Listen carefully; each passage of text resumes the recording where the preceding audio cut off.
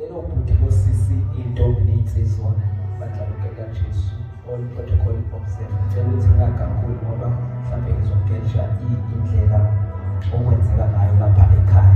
Alibonge igama likaJesu. Awubike sicela kwakho nathi sawubona makhelwane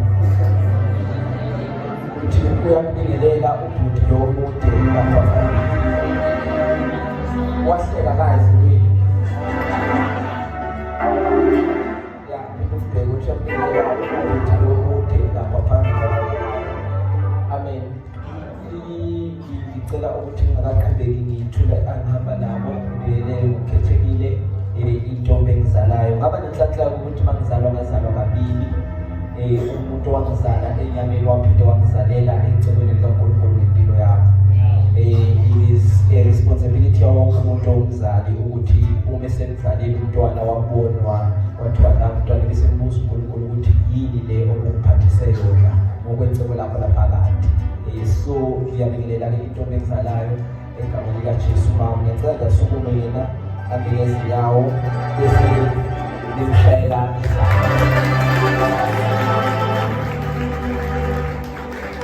sihamba no-Sister Thandi eceleni kwakhe, sihamba nomama uLundi, sihamba noNtangapha wakashabalala, uNjabulo wakangempilo yami. Kubalulekile-ke bazalwane ngaphezu kwakho konke, mina ngingukwanele wama-business board umntwana kaNkulunkulu usindisiwe. Akho lutho bafethu abalulekileyo ngami. I'm just a nobody trying to tell everybody about somebody who can save everybody. I'm just a nobody trying to tell everybody about somebody who can save everybody. So tonight especially nazi yithunywa nje sikaNkulunkulu namngaphethu uJesu ukuthi ahlale phezu kwami. Ngicela uvule into ethi umntwana kaNkulunkulu usindisiwe ngoba sibaningi singabashumayeli ngamanje wonke umuntu uyashumayela manje sithi sonke saphenduka. Umntwana kaNkulunkulu usindisiwe owahlangana noJesu ngelinye ilanga. Izwi layihlala inhliziyo yami lapho isukwenduka kwami ngazivuma izono zami. Alibonge igama likaJesu. Sindisiwe-ke ngithethelelwa izono ngihlukene futhi ngesono ngoba vele ukuthethelelwa kwezono sakwenzeka eKalvari saxolelwa zonke nesingakazenzi saxolelwa sathethelelwa. Kodwa insindiso ithi wathethelelwa wawusuyayishiya yini izono oyithetheleliwe ngoba phela ukuthi ithetheleliwe wathethelelwa ngesikhathi uphakamisa isandla. But enye izinto bazalwane kumele siyikhansele ile perception ethi once saved always saved. Lelo vesi naleyo concept ifaka inqwaba yabantu eshopweni ugcwele eshopweni ugcwele once saved always saved ngoba salvation is a process. Salvation is something that you work daily. Salvation is something ovuka njalo ukusave. Namhlanje I'm on a mission ukukhonza kahle uNkulunkulu ngimkhonzile izolo ufika ukukhonza namhlanje. Ingakho thina safika esontweni safika ogogo bethi ngasindiswa ngiyasindiswa ngisazosindiswa because salvation is a process. Ungasho ukuthi ngoba waphakamisa isandla bese uthi wasindiswa kwaphela ngalelo langa. Noma yimi noma kwenzakala kodwa lento ethi usindisiwe ithi you must be in a continuous process of being saved. Alibonge igama likaJesu. Enye izinto bazalwane ngifuna ukuyibalula ilento ethi nginayo i-date engasindiswa ngayo. Ngoba sinenkinga yokuthi baningi abantu esisonta nabo angeke ngitshele ukuthi wasindiswa nini. Inkinga yethu lento yokuthi asisasindiswa njengamanje siyajoyina isonto. Nomunye wathi ngibona abanye besontweni wathi nami ngizohamba nani next week. Selokhu afika lapho-ke asikaze simbuze ukuthi indaba yakho noJesu imi kanjani. Wafikela nele umngane wakhe namhlanje usalokhu alalele usezucula amakhorasi namhlanje usezumphathi wabasha namhlanje. Ayikho i-date angasikhombisa yona athi kwashunyayela izwe elithile ayibona ukuthi yisoni ngaphakamisa isandla athi Nkosi Jesu ngiyakwamukela njengenkosi nomsebenzi. Akekho umuntu ongaselivulelela manje abanye baze babe wobaba balapha esontweni lokhu afike emncane akanayo i-date yokuthi ngasindiswa ngumhlaka bani. Useceleni kwakho ukuthi wasindiswa nini? Noma sindiswa ngale ungasakhumbuli nawe sizokukhandela namhlanje i-date of birth. Ukuthi iBhayibheli okuzelwe uNkulunkulu kuyaliqobisa hayi abajoyina isonto abazelwe uNkulunkulu. I-procedure ne-order yalapho embusweni kaNkulunkulu ithi singena ngokuzalwa siyazalwa kabusha bese siba ngabantwana bakaNkulunkulu bese thike bonke abamamukelayo wabapha amandla okuba bathiwe bangabantwana bakaNkulunkulu. Manje amandla bazalwane ngeke siwathole singaqalanga ekumamukeleni. Uma ufuna ukubona amandla insindiso lungisa leya ndawo ukuthi wangena kanjani kwamsindisi. Mfishane kakhulu bazalwane, siyabingelela brother Mongezi, siyabingelela Ziyanda, ngibabeka leti lasesontweni ngoba ibona engifike ngabo lapha. Itiye phela likhona ngisho ezulwini phakathi, uma uthatha itiye leyisona awuye ezulwini. Ngoba njengoba silapha nje sigcina itiye lokuthi kwathiwa akekho ngeza kubaba ngaphandle kwayo. Sizama ukusikhima noJesu ukuze sizokwazi phela ukuthi singene. Itiye likhona nje ezulwini phakathi.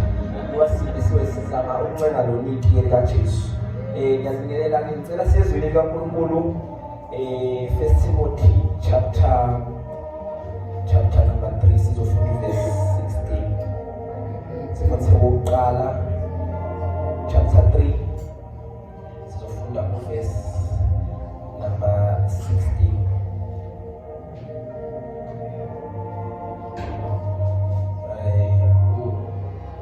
Khona usithembi la ekhaya asifundele ngesizulu 1 Timothy chapter 3 sifunde verse number 16.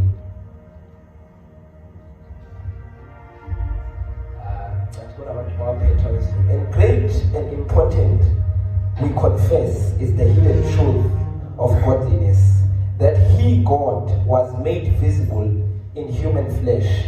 He was justified, vindicated in the Holy Spirit, was seen by angels, preached among nations, believed to the world, and taken up to glory. Iphilile uNkulunkulu wethu linamandla izakho liyadala liyasekela nasemidala ngalo phezu kwempilo zethu akhazimulisa uJesu Nkosi. Amen. Ngicela ukubona izandla zabantu abasekhona namhlanje emini egameni likaJesu. Fishane kakhulu into yabazalwane ngikuyimishini nemandate kulezi insuku yokuthi simbule ukuthi izinto zikaNkulunkulu izindlela zakhe zihamba kanjani. Bible lithi uma likhuluma kumahubo lithi kubantwana bakaIsrayeli wababonisa imangaliso kodwa uMoses wabafundisa indlela zakhe. Ngoba into ithi imangaliso singazazi sonke kodwa okwazi ukuyilanda imangaliso wazi indlela eziyimangalisweni. Manje siyibandla elifocuse kakhulu emangalisweni. Makuthiwa there is a prophet ofikile ozosenzela imangaliso siyogcwala khona. Aha, prophet ahambe nezimangaliso zakhe. Yingakho njalo kumele siyokhokha imali siye kubantu ngoba abakwenzayo sikwazi ukuthi bakwenze kanjani. Le prophet esiyilindileyo futhi sinezinto esiyi-expectile from God. When God gives you a promise and a prophecy, kumele uphinde ubuyele uyolanda i-process ezokwenza le prophecy ibe yi-fulfillment. Ngoba le kingdom esikuyo is the kingdom that has principles. Umbuso onento ethi kunama-steps that will lead you to the point ofuna ukuya kuyo noNkulunkulu. Awuvele uthi nje kuyofika umbuzo ukuthi uyofika kanjani. So ngimishini ethi asifundisaneni bafowethu indlela kaNkulunkulu ngoba kubona ngathi siyizizukulwane esikhulumayo ngoJesu kodwa asimazi uJesu. Kubuka ngathi siyizizukulwane esimdanselayo uJesu kodwa simazi noJesu esimdanselayo. Siyizizukulwane esimswekelayo uJesu kodwa simazi noJesu esimswekelayo. Siyizizukulwane esipostayo kuTikTok ngoJesu kodwa asimazi noJesu esiposta ngaye kuTikTok. Nasemphakathini wangakithi siyazi ukuthi every Sunday siyesontweni kodwa asimazi loNkulunkulu esiyomkhonza. Kanti uthi uDanieli ngekhathi zokugcina abamaziyo uNkulunkulu wabo bayoba namandla baphumelele ngoba uma uphila impilo izimo zempilo zibuza umbuzo othi ubani uNkulunkulu wakho ebese kufuna ukuphendule uthi ngiyamazi ngimbonile. Khona babehlabelela bebuzana athi omunye umbonephi wena abese yaphendula lo munye athi angimzwanga esontweni angimzwanga ngomfundisi angigcinanga ngomfundi eBhayibhelini athi lo mayiphendula athi ngimbona lapha kimi esihlathi inhliziyo yakho. Ngoba you must reach a point la uNkulunkulu engasiyi into yasesontweni, la uNkulunkulu engasiye uJesu uPawuli lo Petro uthi ngafunda ngoPawuli ngathi ngithi uNkulunkulu kaPawuli yibo uNkulunkulu wakho. Manje ngifuna ukusondeza entweni ethi uNkulunkulu abe uNkulunkulu wakho. La sifunda khona bazalwane incwadi yabhalwa uPawuli balela his son in Christ uTimothy. Timothy ke wayemshiye ebandleni lase-Efesu emgade isonto lase-Efesu lapha. He was very young, wayemuntu omusha njengathi singabantu abasha namhlanje. Wamshiya lapha Efeseni. Izinto engifuna sizazi about the city of Ephesus ukuthi leliya dolobha kuthiwa kwakuyidolobha lohwebo lalifana neTheku uma uthatha ngalesi esikhathi samanje. So it was where wonke amaphasela asuka ngaphandle afika landele khona. It was a city of trade, Ephesus. Manje futhi lento ukuthi city of trade yayi-expose ekutheni ibe nonkulunkulu abaningi ngoba ngesikhathi abantu belokubelendela la e-Efesu bonke bafika ney'thixo zabo. In such a way that there was a belief in Ephesus ukuthi kukhona isithombe somuntu owumama esawa ezulwini. Babesikhonza lesiya sithombe kwakuthiwa siwumama sawa ezulwini bekhonza lesiya sithombe. So uTimothy ushiwa ukuthi akagade lelo sonto elalesiphithiphithi esiningi ngoba abazalwane base-Efesu babenenkinga ukuthi bazama ukubamba bonke kanye kanye.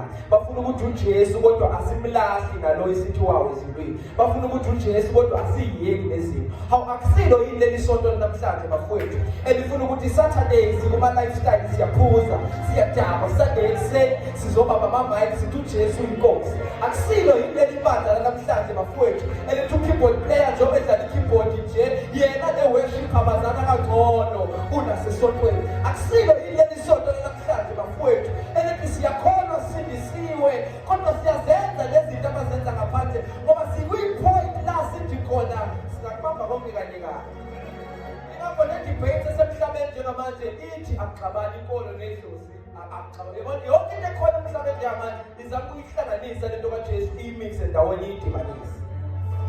So abazali base-Efesu-ke babezama ukuhlanganisa izinto ey'ningi. Kwakuyidolobha elaliyibhizi kakhulu. Kwakuwabazali abaninkinga ukuthi abafuna ukudedela izinto zabo ey'thile abayibambile nabo. Ngicela ukutshela into ethi babe abazalwane who want to make sure ukuthi bayamkhonza noNkulunkulu kodwa yizingakhi izinto abangakwazi ukuthi baqhubeke bazenze while bemkhonza noNkulunkulu. Because the question yabantu abasha bonke njalo makukhulunywa ngesono, njalo makukhulunywa ngezinto ezirong, umbuzo umuntu omusha uvele uthi yini erong ngaleyo nto. Makuthiwa yekela into umbuzo nje ovele ufike ekhanda lakho ithi yini erong ngaleyo nto. Ngicela ukutshela into ethi ukungakhulu enkosini ukubuza ukuthi yini erong ngento. Once you get to a certain level when you want to build a strong relationship with God, you don't ask what's wrong with it, you ask what's right with it.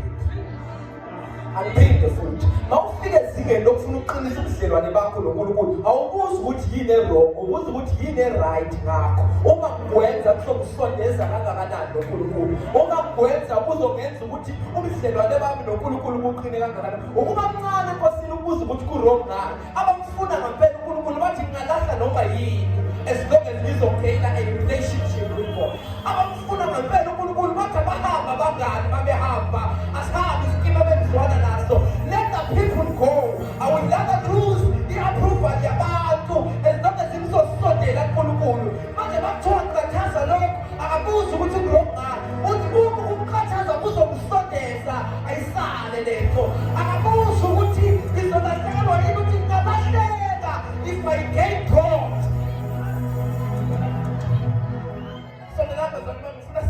Mangengazuza nje uNkulunkulu noma kuthiwe uma ufuna ukukhula enkosini, you must reach a point where you don't ask what's wrong with it, you ask what's right with it. Ngicela ukuthi empilweni yakho uyithathe bakuphuma lapho uyohlala nawe phansi and ask yourself the things that you do. Ungayibuzi ukuthi wrong ngani, uyibuze ukuthi right ngani. Because ziningi izinto ey'ngcono ongazenza once you start to ask a question ethi ku-right ngani. Because if you serve God, you must serve God with intention. I'm intending to get to a certain point. Uthi kuPaul mayibhalele uTimotheo bafowethu la uthi kuvunyiwe elesizwe njalo. Lithi kuvunyiwe ukuthi inkulu emfihlakalo yokumkhonza uNkulunkulu. Cela sisho sonke la endlini asithi kuvunyiwe. Phamisa iphimbo lakho uthi kuvunyiwe.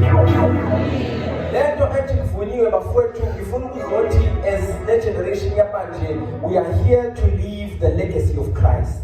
Lento esiyiqalayo asiyiqali thina insindiso ukhona wahamba phambi kwethu wasihlelembela amagebhugebhu. Wabiza ukuthi uNkulunkulu asuke ezulwini ezemhlabeni ezosidemonstrateela ukuthi kuyaphileka impilo ethokozisa uNkulunkulu usenyameni. Wabiza ukuthi adabule amazulu ehle lithi iBhayibheli izwi laba inyama lakha phakathi kwabantu. Kwaphila umhlaba wombona uJesu. Lithi iBhayibheli he was tempted in all ways yet he was found to be without sin. Umhlaba wombona umuntu waphile ngenasono ekuwona umhlaba. Manje ngifuna ukuthi the forces of the world ayazi ukuthi kuvunyiwe ukuthi uyakhonzeka uNkulunkulu. Ngicela ukuzobemezela bafowethu ukuthi nakulesi sikhathi ongathi akusakhonzeki iqondile uvuyile labona sesikhathi okungathi the forces of the universe are against us. Kuvunyiwe ukuthi inkulu imfihlakalo yokumkhonza uNkulunkulu noma ngathokho izinto ezibhekene nathi sizoba kulento uJesu waphila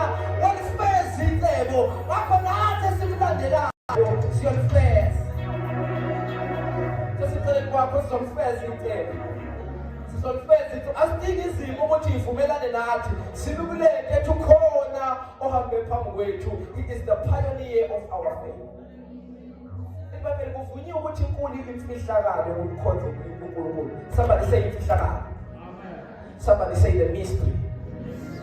Nginento engiyimemezele emhleni yokuphila kwami ethi God is a mystery that only God can reveal. uNkulunkulu uyimfihlakalo engavulwa uNkulunkulu kuphela.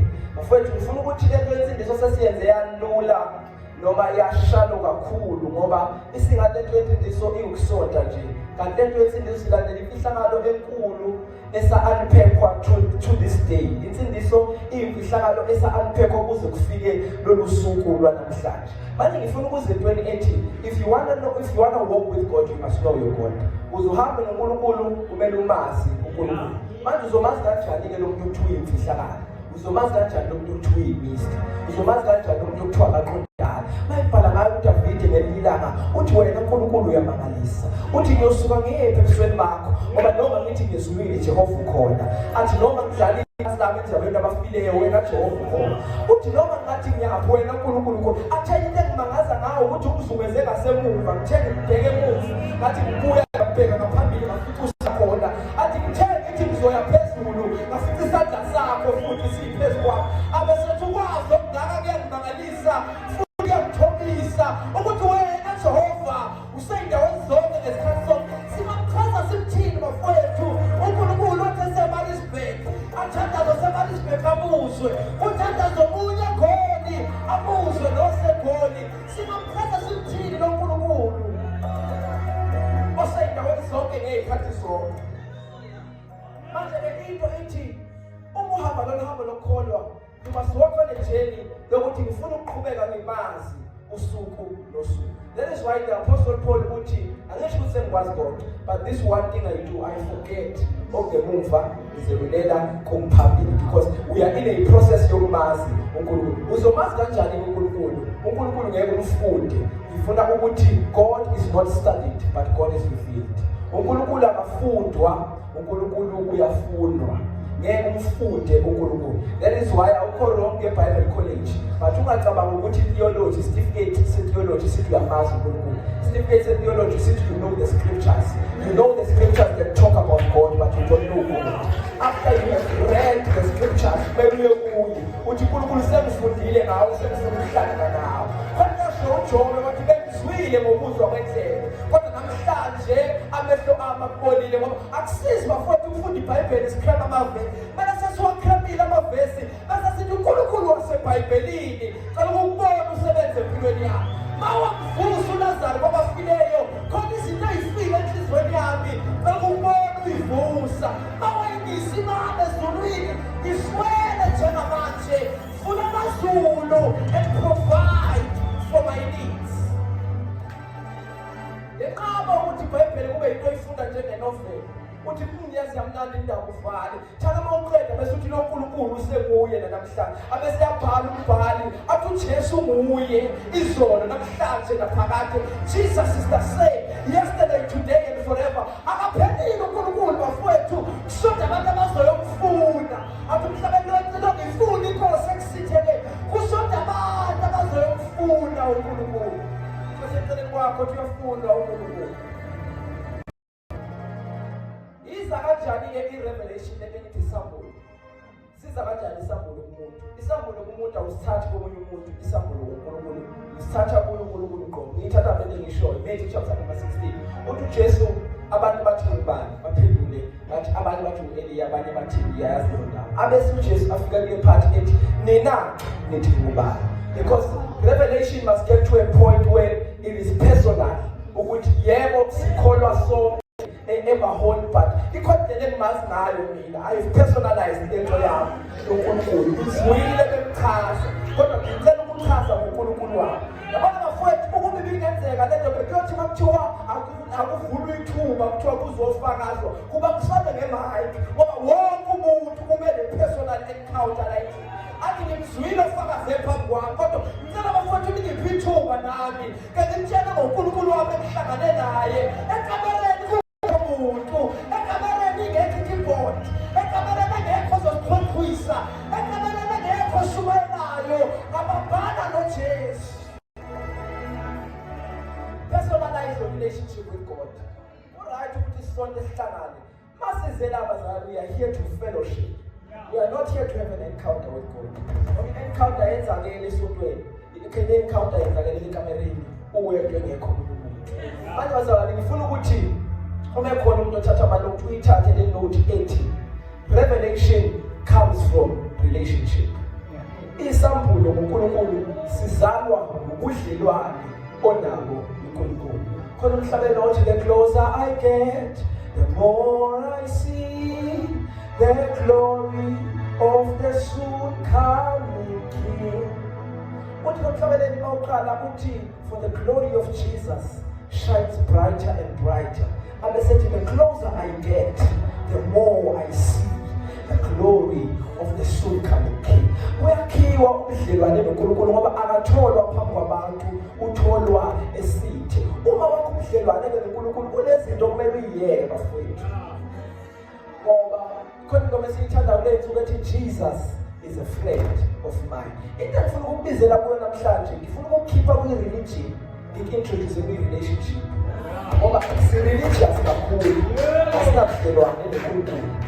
Siyabasonti, asinabudlelwane. Yingakho nesono asisenzi phambi kwabazalwane kuphela ngoba si-religious. Nesono uma kuthiwa ufuna ukwenza isono ukanti ukuthi uphi umfundisi akekho ongibonayo bese wenza lokho okwenzayo ngoba u-religious uwe uyasonta. Kanti lento ithi noma uwedwa wazi into ethi yazi lento izokuphatha ngabo umhlobo wakho ngoba uJesu akasesisi isithixo usewumhlobo wakho. Uthi hayi ngeke kwazi ngenza kodwa umntwana wami lo engihamba naye ey'khathini zonke ngeke ngiphathe. Manje ngingayekho siyamthanda mayizozivikela. Uyabona mase sisenkingeni sithi noma ngihambe esigodini sethu lokufa akwesabo siyamazi ukuthi ukhona ngey'khathi zonke bakumele azivikele. Yabafana usuke khona noma uzisona angimemezele futhi usuke khona kwanesikhathi uzisona bekhona ubekubhekile lothi ugadile ukuthi izinto ezibhina kwehleli ugadile nawe mhlawumbe izinto ezinye. Ngoba ivangeli lethu bafowethu libonyawo lodwa lithi uNkulunkulu kumele asisize kuphela, akasisizi kodwa thina ukuthi sibe abantu abangcwele. Ngifuna ukuthi wazi into ethi uNkulunkulu is not interested about your situations. Ngoba thina masiza kuNkulunkulu njalo silethe izimo zethu uNkulunkulu ngisize ngethi uyabona nje wena uma uyothandaza khona into osuke uyithandazela awukazi uye nje uthatha ifansi lakho udlale phansi ungene ekamereni ukhuluma uthi Jehova yazi anginankinga ngizokuvakashela nje namhlanje. Uthi uNkulunkulu ayikho into engixakile kodwa sawubona moya ogcwele uhlala nawe awukaze wena uyifake ifoni ku-flight mode uvale uWhatsApp uvale uTikTok uvale idatha uthi akutholakale ebantwini ngisalahleka yemfihlweni noNkulunkulu. Yabafowethu abantu abazobulika zibulo abantu abakwaziyo ukulahleka uthi wasuke namhlanje uyohlala nomhlobo wakho uJesu. Uyafuna uNkulunkulu phinde umtshele uyafunwa uNkulunkulu. So revelation comes from a relationship. You must first build a relationship with God. Ngesikhathi ubudlelwane bese eyazazisa kuwe. Ngoba ngesikhathi lokusondela kuwe ulokho ezazisa. Enye izinto engifuna sizazi ukuthi uma kuthi unesambulo ngoNkulunkulu, revelation is progressive. Ngithini mangisho njalo? Ngithi mina indlela engimazi ngayo namhlanje ayifani nendlela engimazi ngayo izolo. Indlela engimazi ngayo this year ayifani nendlela engimazi ngayo 2024 ngoba sisuka emandleni siye emandleni, sisuka enkazimulweni siye enkazimulweni. Awukwazi ukuba ndawonye, ingozi ikhona ndawonye ukuthi mawulibuza ivele itshela kodwa ukuthi thina sasindiswa ngo-1996 ulokhama lapho isambulo sakhe ngoJesu asikhuli kuze kube namhlanje. You must be in a process yokukhula ekumazini nasekuqondeni. Yini enza ngisho lezi zinto bazalwane? Ngifuna ukumemezela into ethi siyisizukulwane. We are a generation and a task of revealing God in this generation. Asekho isizukulwane esilandelayo, asekho isizukulwane esizemva kwethu. Ngiyazi ukuthi ke kwamenyezela kwathi uJesu uyabuya kwathiwa ulokwathi uyabuya, but let me assure you ayisekho generation eza emva kwama 2000.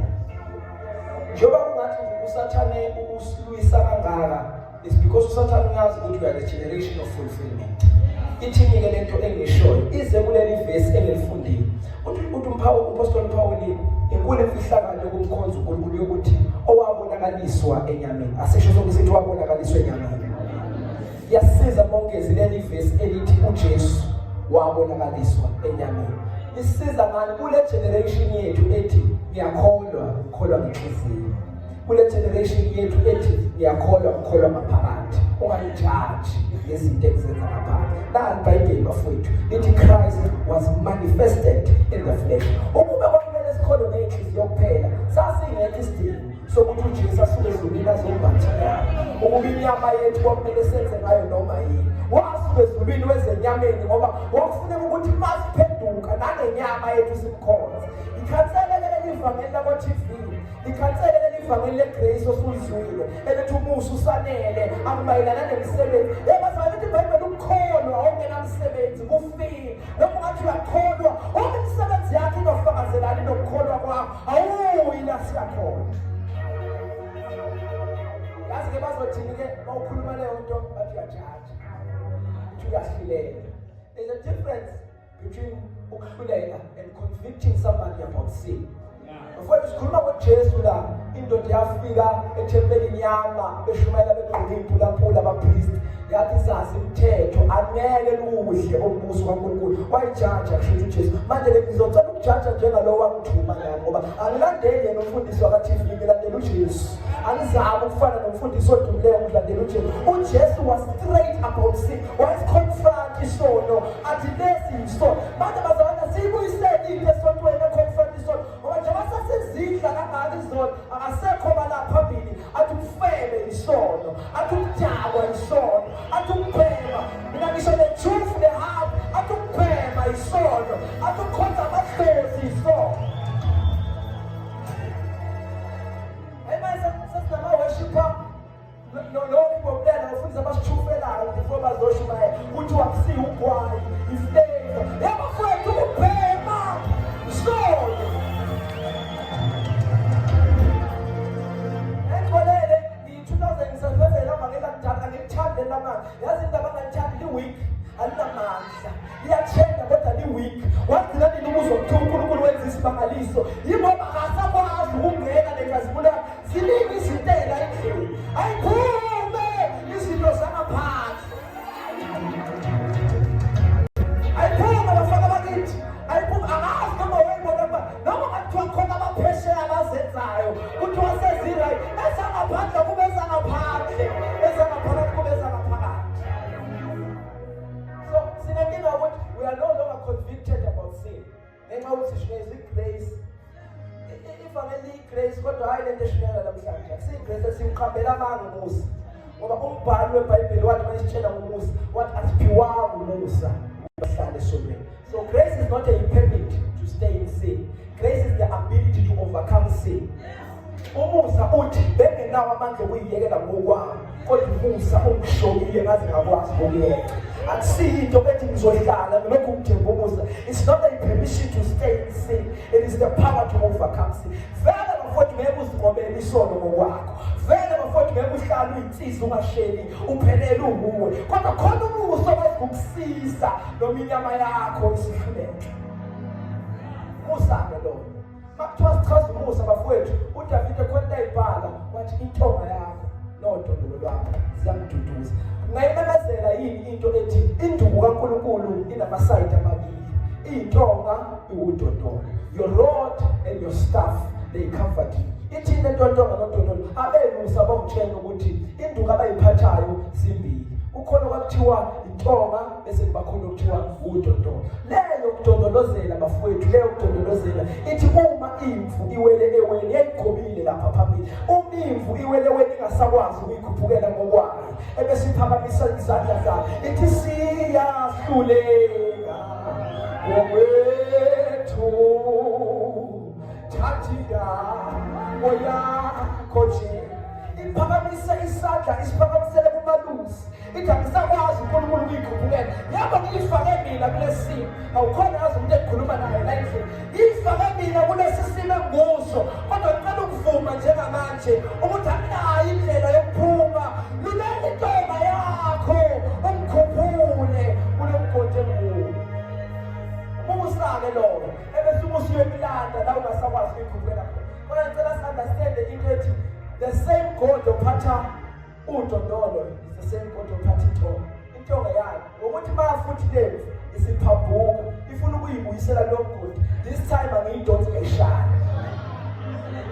manje yabona uJesu wethu usimayela too much lo Jesu wethu uhleka kakhulu bafethu ngicela ukutshela ukuthi the same Jesus who saves us is the same Jesus osiqanda ngeenhlupheko sometimes the same Jesus otunomusa is the same Jesus oyosifaka esihogweni uma singaphendukanga lo nkulunkulu esithi unomusa uye futhi ithi iBhayibheli wayehleli wazamcolo ufuna ukuyisondeza iqondo yakho uyabona awumajine wayehleli kunuza mcolo begwiliza abantu literal bephelelwa umoya befa yabona naseBhayibhelini ngifuna uyenze ibe realistic befa abantu begwiliza ingane nomama nabantu begwiliza umhlaba wonke buka uNkulunkulu akabalelanga ngisho sebekhala kangakanani ngoba uNkulunkulu uthi ngakuniki ithuba lokuthi ngene emkhumbini langangena manje the same Jesus othi ngene emkhumbini is the same Jesus oyokubuka mhla ugwiliza ngoba ungenanga la athi ngena khona yazi ukuthi ngithumela uJesu omubi kodwa uJesu ufaka izimpilo lo ngitshela inkulu imfihlakalo somebody say inkulu imfihlakalo